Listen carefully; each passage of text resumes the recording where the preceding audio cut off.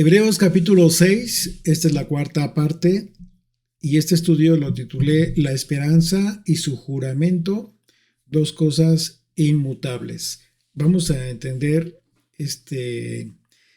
estos conceptos y la razón tan importante que representa para nosotros entender, comprender y estar seguros de lo que el autor de la carta a los Hebreos nos transmitió a través de estos pasajes, en donde igualmente nos hace una referencia a aspectos que nosotros podemos ver en las escrituras, desde la Torá, en los mandamientos y desde la promesa que Dios le dio a Abraham.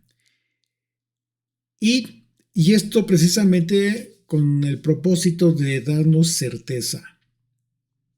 El entender estos dos conceptos, la esperanza y el juramento, en el sentido y en el contexto en el que el autor lo expresa, a nosotros nos da confianza, nos da certidumbre de nuestra salvación. Y bueno, ustedes recordarán que en el estudio anterior concluimos hablando del pacto de Dios, el pacto que Dios hizo con Abraham, en donde el autor de la carta a los Hebreos hizo una referencia muy importante que tuvo que ver con el juramento que hizo Dios por sí mismo, porque no hubo otro mayor por quien jurar, y esto con el propósito de bendecir a Abraham. ¿Para qué? ¿Qué bendición? Bueno, para multiplicar, para abundar su descendencia sobre la tierra. Y otro aspecto que también resulta de mucha relevancia es el de la paciencia que refiere el autor de la carta acerca de Abraham, a fin de alcanzar la promesa. Porque la promesa se centró justo en la simiente de Abraham. Entonces, al hablar de esta paciencia, pues tiene que ver precisamente con el hijo de la promesa, lo que el apóstol Pablo identificó con el Mesías, Yeshua, la simiente santa, la promesa, como el cumplimiento de aquella promesa que Dios juró a Abraham. Y dice el verso 16, porque los hombres ciertamente juran por uno mayor que ellos, y para ellos el fin de toda controversia es el juramento para confirmación. Entonces, una vez más, recordemos que el contexto de esto que escribe el autor de la carta es aún cuando el templo estaba en pie. ¿Esto qué significa? Que el tema de los juramentos y los votos estaban vigentes. Y era algo que implicaba una solemnidad delante de Dios. En las escrituras vemos muchos mandamientos acerca de la voluntad de Dios para con su pueblo, y exige el Señor que quien hace un voto lo cumpla. Y hay muchos casos en las escrituras en donde hubo personas que llevaron a cabo juramentos. Por ejemplo, el caso de Samuel, el profeta Samuel. Él fue el producto de un juramento que hizo su madre, que no podía tener hijos. ¿Y cuál fue la consecuencia? Y bueno, el juramento que hizo la mamá de Samuel fue precisamente, Ana, fue precisamente que si el Señor le concedía esta bendición, se lo iba a consagrar, se lo iba a entregar para su servicio, y así fue. Entonces vemos la magnitud y la importancia, la relevancia que tienen los juramentos. Este es un principio que fue establecido en la ley de Moisés, porque siempre un juramento debía hacerse por alguien o alguien superior, en este caso Dios, porque los juramentos se hacían delante de su presencia. Números capítulo 29, verso 39, dice: Estas cosas ofreceréis al Señor en vuestras fiestas solemnes, además de vuestros votos y de vuestras ofrendas voluntarias, para vuestros holocaustos y para vuestras ofrendas y para vuestras libaciones y para vuestras ofrendas de paz. Es uno de muchos pasajes en donde se habla acerca de estos votos. Hay una ley, hay un apartado específico en donde se habla de la ley de los votos, precisamente, y se hace una explicación de todo, cómo es que debían cumplirse, en qué sentido, y vemos la gran importancia que Dios le dio a este compromiso, este voto, este juramento que hacían los hombres o mujeres delante de su presencia. Entonces ese es el contexto del autor de la carta cuando escribe, porque los hombres ciertamente juran por uno mayor que ellos. Está hablando de esto, de este mandamiento que tenía vigencia en este momento. Dice, y para ellos el fin de toda controversia es el juramento para confirmación. Es decir, había alguna controversia, había algo, alguna situación de desacuerdo entre algunas personas.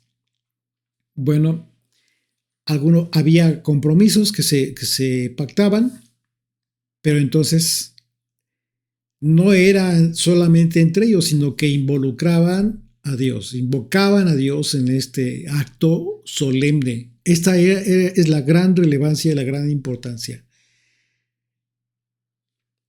Y entonces el autor, el contexto de esto es precisamente el templo, de esto que está escribiendo el autor. ¿Por qué? Porque dice, y ellos, o sea, hablando de los hombres, para ellos el fin de toda controversia es el juramento para confirmación. Entonces, este es el contexto. Y en una ocasión, Yeshua, cuestionando a los líderes judíos, les preguntó qué era mayor, hablando de que en el mismo sentido en que el autor de la carta nos está refiriendo que los hombres juran por algo mayor o alguien mayor. Yeshua hace cuestionamientos a los líderes judíos, a los que se supone que conocían la ley.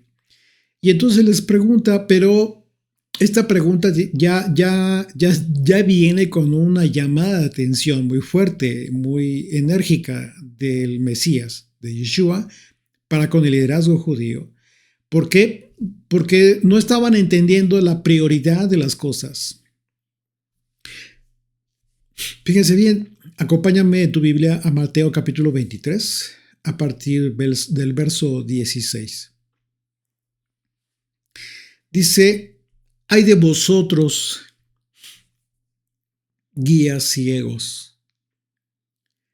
Es decir, les está hablando a aquellos que eran guías, se suponía que eran guías del pueblo, pero dice ciegos, les dice ciegos, porque no conocen, no están entendiendo la ley del Señor. Dice, ¿qué decís? Si alguno jura por el templo, no es nada. Pero si alguno jura por el oro del templo, es deudor. ¿Te das cuenta de la incongruencia? ¿Cómo es que estaban tergiversando la prioridad de las cosas santas de Dios? ¿El oro del templo era santo? Sí, pero el templo era mayor. Pero aquí el reclamo del Señor dice, ustedes dicen, si alguno jura por el templo, no es nada. Pero si alguno jura por el oro del templo, es deudor. Insensatos y ciegos. Porque ¿cuál es mayor, el oro o el templo que santifica al oro? También decís, si alguno jura por el altar, no es nada. Pero si alguno jura por la ofrenda que está sobre él, es deudor. Una vez más, tergiversado, torcido el sentido del juramento. Verso 19. Necios y ciegos. Porque ¿cuál es mayor, la ofrenda o el altar que santifica la ofrenda? Por supuesto. Pues el que jura por el altar, jura por él y por todo lo que está sobre él. Y el que jura por el templo, jura por él y por el que lo habita. Y el que jura por el cielo, jura por el trono de Dios y por aquel que está sentado en él. ¿Te das cuenta cómo es que el Señor a eso vino? A eso vino. A poner en clara las cosas, a reprender a aquellos que conociendo la ley, por causa de sus conveniencias, estaban tergiversando la ley. Y él ocupó precisamente el tema de los juramentos, los votos. Recordemos que el autor de la carta a los hebreos tuvo conocimiento de esta reprensión que hizo Yeshua a los líderes religiosos judíos. Y vemos que el autor de la carta confirma que para los hombres el juramento por uno mayor representa el fin de toda controversia, es decir, hablando del Señor. Sin embargo, el autor de la carta también está retomando el sentido correcto de los juramentos, a diferencia de cómo se estaba considerando por el liderazgo judío. En este sentido, el autor de la carta nos dice que el sentido correcto cuando existe alguna controversia entre los hombres, el juramento por uno mayor, que es Dios, trae como consecuencia el fin de toda controversia. Por causa del juramento que entre los creyentes debería ser la confirmación de la solución al problema. Así es de que el contexto de estos pasajes que analizamos es que Dios, al no tener a alguien superior por quien jurar, entonces juró por sí mismo, y entre las personas, cuando quieren confirmar algo con el fin de concluir alguna situación de disputa, entonces juran por alguien superior, en este caso por Dios, queriendo manifestar fidelidad a su palabra. Y Dios, queriendo manifestar que su fidelidad a su palabra, juró por sí mismo. Y esto es lo más importante, el tema de la fidelidad a la palabra, a lo que se promete. ¿Sí? Entonces Dios quiso manifestar fidelidad a su palabra, a su promesa. Y es la razón por la que juró por sí mismo, ¿sí? No por alguien superior. Porque no existe alguien superior a Dios. Entonces, este patrón que vemos en tema de los juramentos, nos indica que los hombres deben manifestar igualmente fidelidad por lo que han jurado. Y la razón por la que Yeshua nos enseñó a no jurar, ¿cuál es la razón de esto? Bueno, fue porque la fidelidad del hombre por su propia palabra jamás será como la fidelidad de Dios por su palabra. No hay comparación. No hay comparación. La fidelidad del hombre por su propia palabra nunca se va a comparar con la fidelidad de Dios por su palabra, por lo que Él promete. Así es que el sentido de las palabras del autor de la carta a los hebreos es en el contexto de los juramentos en el templo. Y esto es muy importante. ¿Por qué? Porque cuando se hacía esto, sabemos que había consecuencias para quien faltara a su juramento y a sus votos. ¿Qué es lo que ocurre? Porque a propósito, Yeshua, él enseñó a no jurar mejor, sino que nuestro sí sea sí, nuestro no, que sea no. Porque, bueno, él se está adelantando a los acontecimientos relacionados con el templo, lo que hacía que los juramentos tuvieran, en los juramentos prevaleciera el temor del Señor, un temor reverente para cumplir, porque de lo contrario habría consecuencias.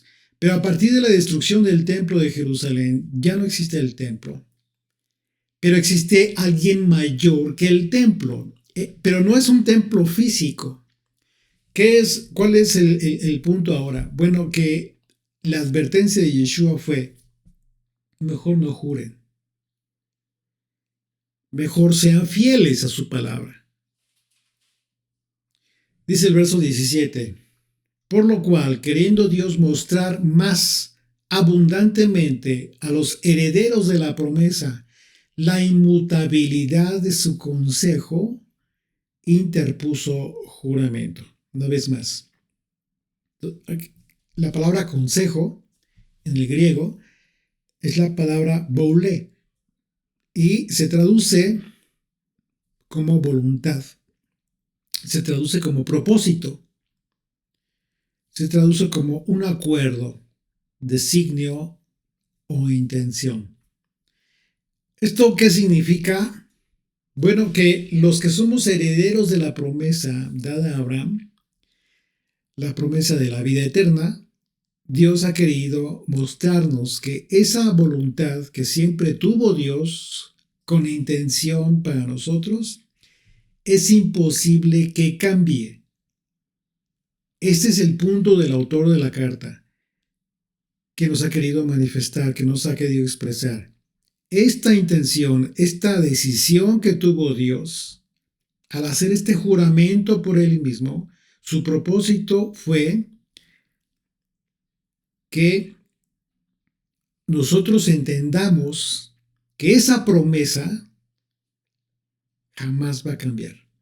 Y esto es algo bien hermoso porque nos recuerda lo que el profeta Jeremías escribió acerca de lo que declaró Dios respecto a Israel, su pueblo, el cual sería para siempre nación delante de él.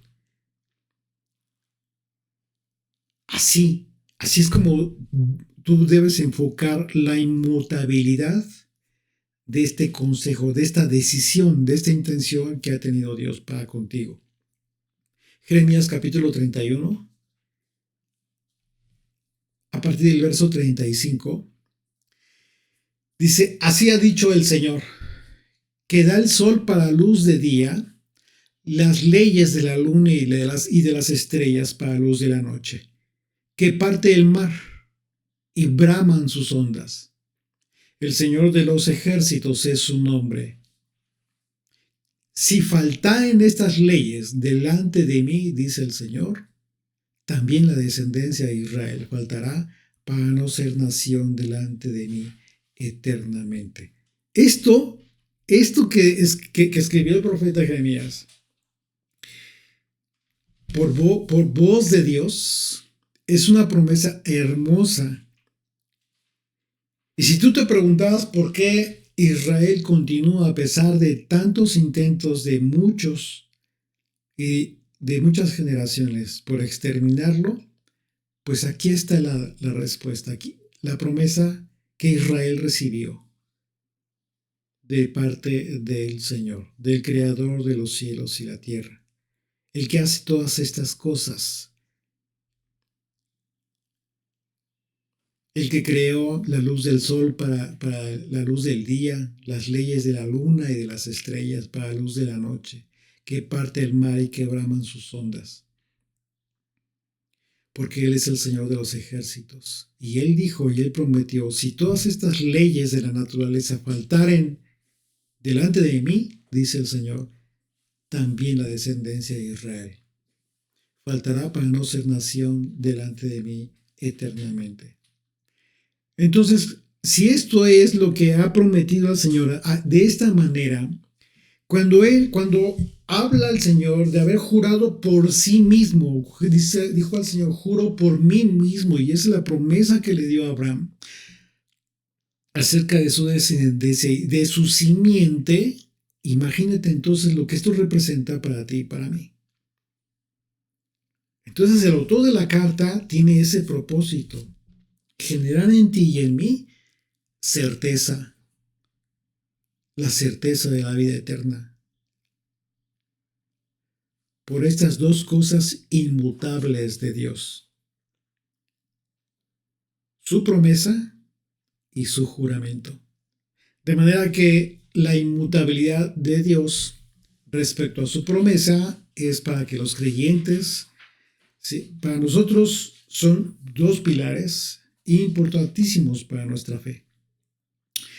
Y como vemos, aunque el autor de la carta nos expone el juramento de Dios por sí mismo y por otro lado el juramento entre los hombres para confirmar que sea lo que se ha dicho, vemos que en las escrituras se hace referencia a esta gran diferencia que existe entre la fidelidad de la palabra de Dios y la fidelidad de la palabra de parte de los hombres. Por ejemplo, cuando el rey Saúl fue ungido, él hizo una promesa. Él declaró serle fiel al Señor en todo. Y tuvo una actitud humilde. Y se escribe en la escritura cómo es que Saúl, a sí mismo, él se veía como que no merecía tal, tal designación de parte de Dios. Pero ¿qué fue lo que pasó? Con el tiempo se pervirtió, comenzó a ser infiel, es decir, faltó a su palabra, a su juramento, a su voto.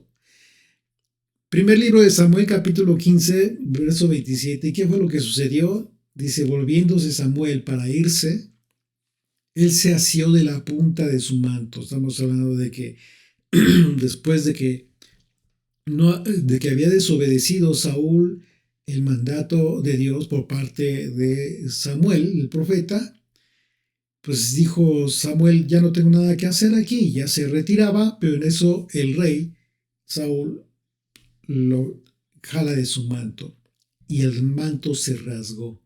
Verso 28. Entonces Samuel le dijo, el Señor ha rasgado hoy de ti el reino de Israel y lo ha dado a un prójimo tuyo mejor que tú. Además, dice, el que es la gloria de Israel no mentirá, ni se arrepentirá, porque no es hombre para que se arrepienta. Este pasaje nos dice de forma tremenda y muy clara la gran diferencia que existe entre la fidelidad de Dios por su palabra y la fidelidad del hombre por lo que promete, porque muchas veces no lo cumple. Esa fue la razón por la cual Yeshua aconseja y nos enseña no jurar, sino hacer, cumplir, ser fieles a nuestra palabra. Entonces, en este pasaje que leemos de Samuel, pues se expone este contraste de la infidelidad del rey Saúl, específicamente contra la fidelidad de Dios. Porque el profeta Samuel le advirtió que el rey Saúl, Dios ya había dado su veredicto para sustituirlo respecto al reinado, al trono de Israel. ¿Por causa de qué? Pues de su infidelidad. ¿Por qué? Porque cuando nosotros somos infieles a Dios, le desechamos su palabra, desechamos su consejo, desechamos su camino, su instrucción, entonces Él también nos desecha. Y literalmente fue lo que el profeta Samuel le dijo al rey, porque tú has desechado a Dios, Él te ha desechado del reino. Entonces, continuamos ahí en el verso 18, regresamos a Hebreos 6, verso 18, dice, porque por dos cosas inmutables en las cuales es imposible que Dios mienta. Una vez más, aquí está ratificando esto. Dos cosas están siendo comparadas y es muy importante que nosotros lo entendamos. La palabra inmutable en el griego tiene que ver con la palabra metatitsemi. Y es una palabra compuesta por dos palabras. La palabra meta, que es un prefijo y que se traduce con la palabra con. Y la palabra con que se compone es la palabra titsemi, que se traduce como colocar algo en un sitio. Es decir, la palabra inmutable tiene que ver con colocar una cosa con algo más. Dos cosas están siendo colocadas una junto a otra. Esta es la idea de esta palabra, ¿sí? Y entonces es como si estuvieran ligadas. Cuando dice dos cosas inmutables. Una cosa está ligada a la otra y es imposible que se separen. Así es que el Señor le prometió a Abraham descendientes tan innumerables como las estrellas de los cielos. Y después confirmó su palabra con un juramento. Y estas son las dos cosas inmutables. Dios confirmó la palabra, su palabra, que es inmutable, de la promesa por un segundo elemento inalterable, su juramento. Estas dos cosas inmutables le dieron a Abraham estímulo y seguridad, que es la misma seguridad que tú y yo debemos tener acerca de lo que Dios ha prometido para nosotros. ¿Cuál es la razón por la que mucha gente comienza a debilitarse en su fe? Justo porque no tiene esta certeza, porque comienza a divagar en la fortaleza de su fe. Pero entonces el propósito del autor de la carta es justamente darnos esta certeza, esta certidumbre. Continúa la segunda parte del verso 18, dice, tengamos un fortísimo consuelo los que hemos acudido para asirnos de la esperanza puesta delante de nosotros. Y esto es bien importante, bien importante, porque nos está hablando de un refugio, ¿sí? Dice una vez más, verso 18, para que por dos cosas inmutables en las cuales es imposible que Dios mienta, tengamos un fortísimo consuelo. Los que hemos acudido para asirnos de la esperanza puesta delante de nosotros. Esto es muy interesante porque el autor de la carta nos está remitiendo a uno de los mandamientos que nos refleja esta analogía, una analogía del refugio. Uno de los mandamientos que Dios estableció en relación a las ciudades de refugios, ¿ya lo recordaste? Esto ya lo estudiamos. Estas ciudades de refugio fueron establecidas para quienes estaban huyendo del vengador de la sangre, aquel que debía morir de acuerdo a la ley. Acompáñame en tu Biblia, por favor, a Números capítulo 35. Vamos a leer a partir del verso 9. Dice, habló el Señor a Moisés diciendo, habla a los hijos de Israel y diles, cuando hayáis pasado al otro lado del Jordán, a la tierra de Canaán, os señalaréis ciudades. Ciudades de refugio tendréis, donde huya el homicida que hiriere a alguno de muerte sin intención. Y os serán aquellas ciudades para refugiarse del vengador, y no morirá el homicida hasta que entre en juicio delante de la congregación. Entonces, el sentido de este mandamiento y lo que representa para nosotros como una analogía respecto de lo que nos está diciendo el autor de la carta a los hebreos es el hecho de que el Mesías, Yeshua, representa para nosotros nuestro refugio, en quien está nuestra esperanza de vida eterna. Entonces, aquellas ciudades de refugio hoy representan una analogía de la obra del Mesías, protegiendo al pecador de la muerte. En aquellos tiempos era una oportuna provisión esto para el hombre que había matado accidentalmente a alguien. Esto en su momento ya lo analizamos. ¿Y por qué? Porque es muy diferente, ¿sí?, las circunstancias de una persona cuando con alevosía, premeditación, ventaja, comete homicidio, mata. O sea, ya hay una situación totalmente diferente a cuando sin intención, sin tener la intención de privar de la vida a alguien, una persona muere. Hay incluso hoy en día, las propias leyes hacen esta diferencia. ¿Por qué? Porque uno es homicidio agravado, calificado, y otros homicidio imprudencial. Y la pena es diferente, muy diferente, es drásticamente diferente. Pero entonces, incluso en caso del homicidio imprudencial puede haber hasta incluso exoneración. ¿Por qué? Porque no tuvo nada que ver, sino fue totalmente circunstancial, ajeno a su voluntad de la persona que estuvo involucrada en alguna situación. Un accidente de tránsito, por ejemplo, ¿no? Se dan mucho estas circunstancias.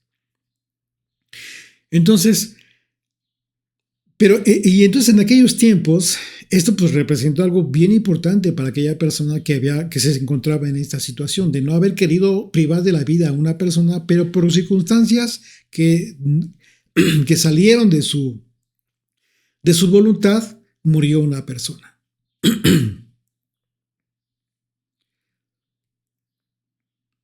Entonces, porque podía darse el caso de que el que había matado tuviera un hermano, que hubiera muerto, tuviera un hermano, un familiar, que buscara la venganza. Y esto está previsto en la ley de Moisés. Se le llama el vengador de la sangre. Así es de que el fugitivo podía escapar a una ciudad de refugio. Estas ciudades de refugios estaban resguardadas por los levitas, por los sacerdotes, donde estarían protegidos ellos y recibirían un proceso justo, un juicio justo, en donde se vieran todas estas circunstancias. Entonces, cuando uno de nosotros se encuentra en una situación así, hablando de la situación en la que tú te encontrabas, en donde quizás había alguien que estaba reclamando tu muerte, esto que está escribiendo el autor de la carta para nosotros representa algo bien importante. ¿Por qué? Porque nosotros fuimos llevados ante un tribunal y en el proceso fuimos hallados culpables. Esa fue la verdad, ese fue el justo juicio. Porque cada uno de nosotros fuimos verdaderamente pecadores y el que había pedido contra nosotros la muerte, ¿sí? A final de cuentas, esa pena sí fue ejecutada, pero no en nosotros, porque nosotros fuimos salvados, porque el Hijo de Dios fue quien sufrió ese castigo por ti y por mí, porque Él murió en nuestro lugar y por lo tanto, a partir de entonces somos libres. Nosotros fuimos liberados del castigo del pecado, de la muerte, del pecado que es muerte. Fuimos liberados de la muerte. ¿Y con qué propósito? Bueno, el propósito es para servirle y para adorarle. Ese fue el propósito del sacrificio de Jesucristo.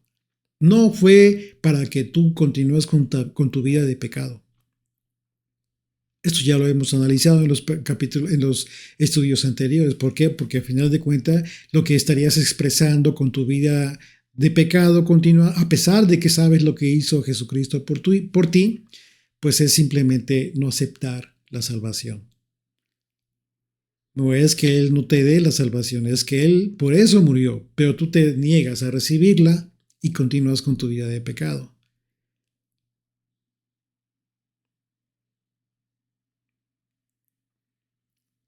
Dios no hace acepción de personas. La misma oportunidad es para unos y para otros. Y todos recibimos en su momento este justo juicio por nuestra vida de pecado. Fuimos culpables. De ahí tenemos que partir, todos, sin excepción. Pero a partir de que el Señor recibió esta pena que merecíamos nosotros, entonces somos libres. Y ya no tendremos que responder nuevamente por el pecado. Y ahora tenemos un sumo sacerdote, un Salvador resucitado, a quien, como dice la carta, el autor de la carta, podemos asirnos de él, porque ha sido puesto como nuestra esperanza delante de nosotros. Y continúa el verso 19, hablando de esta esperanza a la que se refiere como un ancla. Fíjate qué importante.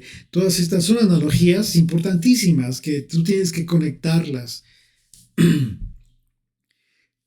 con el propósito de la obra del Mesías en tu beneficio.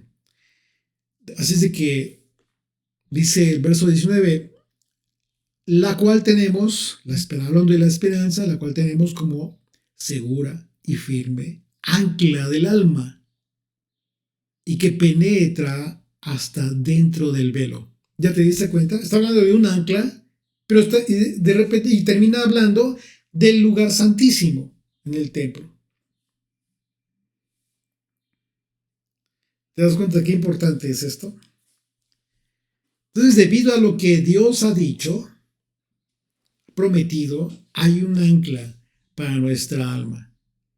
El ancla era una figura común en el mundo antiguo que representaba esperanza, y esto nos recuerda que estamos anclados a algo firme, pero que no se ve, y que penetra, dice el autor, hasta dentro del velo. Y no necesitamos un ancla para cuando el mar está en calma. No hay problema. Sin embargo, cuando el clima se recrudece, entonces sí pensamos como el ancla como algo bien importante. Todas estas son analogías y te estoy hablando en el mismo sentido que el autor de la carta, hablando de analogía, pero estamos hablando de tu vida espiritual, de tu vida común donde te comienzas a tener problemas, circunstancias difíciles por las cuales tienes que enfrentar. Es ahí cuando el ancla tiene una relevancia importante en tu vida. Es decir, la esperanza. Cuando tienes todos estos problemas, adversidades en tu vida, esta esperanza como ancla firme a tu vida es fundamental. Entonces el barco debe aferrarse al ancla, así como nosotros debemos aferrarnos a la esperanza. El ancla en sí puede tener un agarre fuerte, ¿ok?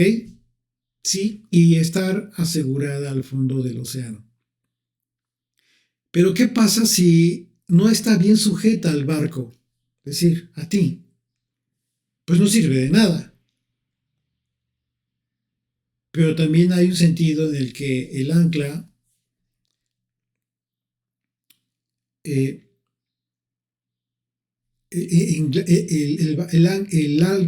ancla sostiene al barco, como la esperanza nos sostiene a nosotros. Sin embargo, esta analogía debemos entenderla en un sentido correcto, ¿sí? Porque debemos anclarnos arriba, en el cielo. Tu ancla debe estar en el cielo. Por eso el autor de la carta habla del ancla y habla del lugar santísimo. No habla de las profundidades de los mares. Termina relacionando tu esperanza anclada firmemente al lugar santísimo. Entonces esta analogía debes entenderla correctamente porque debemos anclarnos arriba, al cielo, y estamos anclados para avanzar, para avanzar y no mantenernos en un solo lugar. Por otro lado, la analogía del ancla es muy interesante porque si al hablar de ancla entendemos que esta ancla es nuestra esperanza, cuando el ancla es echada al mar, ¿qué es lo que ocurre? ¿La ves? Después de 1 o 2 metros ya no ves nada. Pero tú sabes que ahí está el ancla. No sabemos dónde va a anclarse, pero tenemos seguridad de que el ancla nos va a afianzar. Solo sabemos que estamos firmes porque la fortaleza de nuestra ancla nos mantiene firmes. Sin embargo, no la vemos. Y esto tiene que ver con lo que ya estudiamos, vimos en estudios anteriores relacionados con la fe. Aquello que, como Abraham, muchos, por su paciencia, por esta fe que tuvieron, no recibieron en vida las promesas, pero murieron seguros de esta esperanza, de esta ancla. Juan capítulo 20, vamos a ver el contraste. Juan capítulo 20, a partir del verso 24. Acompáñame en tu Biblia. Fíjate bien cuál es el contraste. Y cómo es que la analogía del ancla, cuando no la vemos, debe permanecer firme como esperanza en tu vida. Porque si no es así, entonces te encuentras en el lugar de Tomás, uno de los discípulos que se volvió incrédulo después de la muerte del Señor. Dice, pero Tomás, uno de los 12, llamado Dídimo, no estaba con ellos cuando Yeshua vino. Le dijeron pues los otros discípulos, al Señor hemos visto. Él les dijo, si no vieres en sus manos la señal de los clavos y metiere mi dedo en el lugar de sus clavos y metiere mi mano en su costado, no creeré.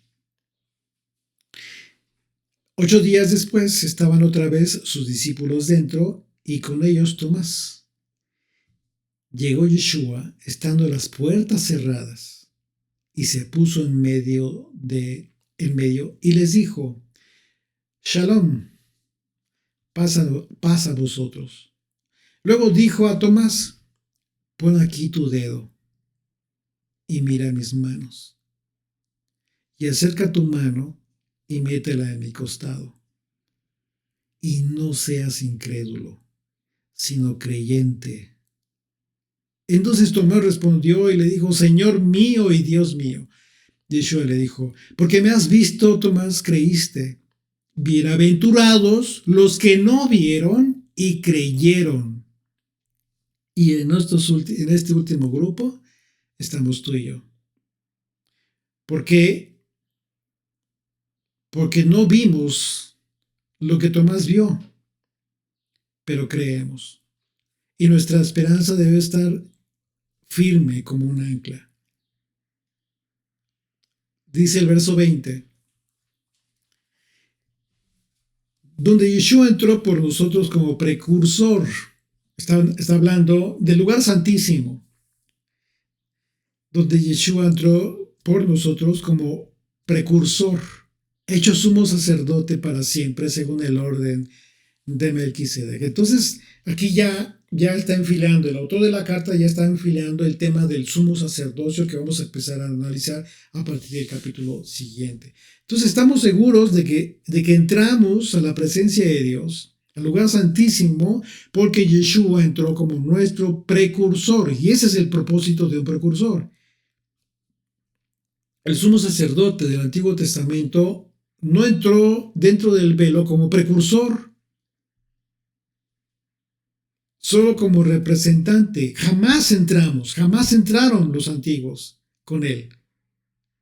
Solamente representaba a todo el pueblo. Pero Yeshua ha entrado en la presencia del Padre, en el lugar santísimo, para que su pueblo pueda seguirlo hasta ahí. Yeshua, que es nuestro precursor, ha penetrado hasta dentro del velo, que es el lugar santísimo, y lo hizo conforme al orden de Melquisedec, constituyéndose sumo sacerdote por la eternidad. Entonces, como precursor, nuestro Señor ha entrado por nosotros. Y ha entrado para tomar posesión en nuestro nombre. Porque cuando el Mesías fue al cielo, dijo, yo tomo posesión de todo esto en el nombre de mis redimidos. Soy un representante y reclamo los lugares celestiales en su nombre, en el nombre de mis redimidos. Por eso debemos seguirle, porque Él ha ido antes que nosotros y Él es nuestra esperanza y por eso debemos seguirle. La analogía del lugar santísimo dentro del velo nos recuerda que el autor nos está hablando de Yeshua como nuestro sumo sacerdote para siempre, según el orden de Melquisedec, y eso es justo lo que comenzaremos a analizar en el capítulo siguiente.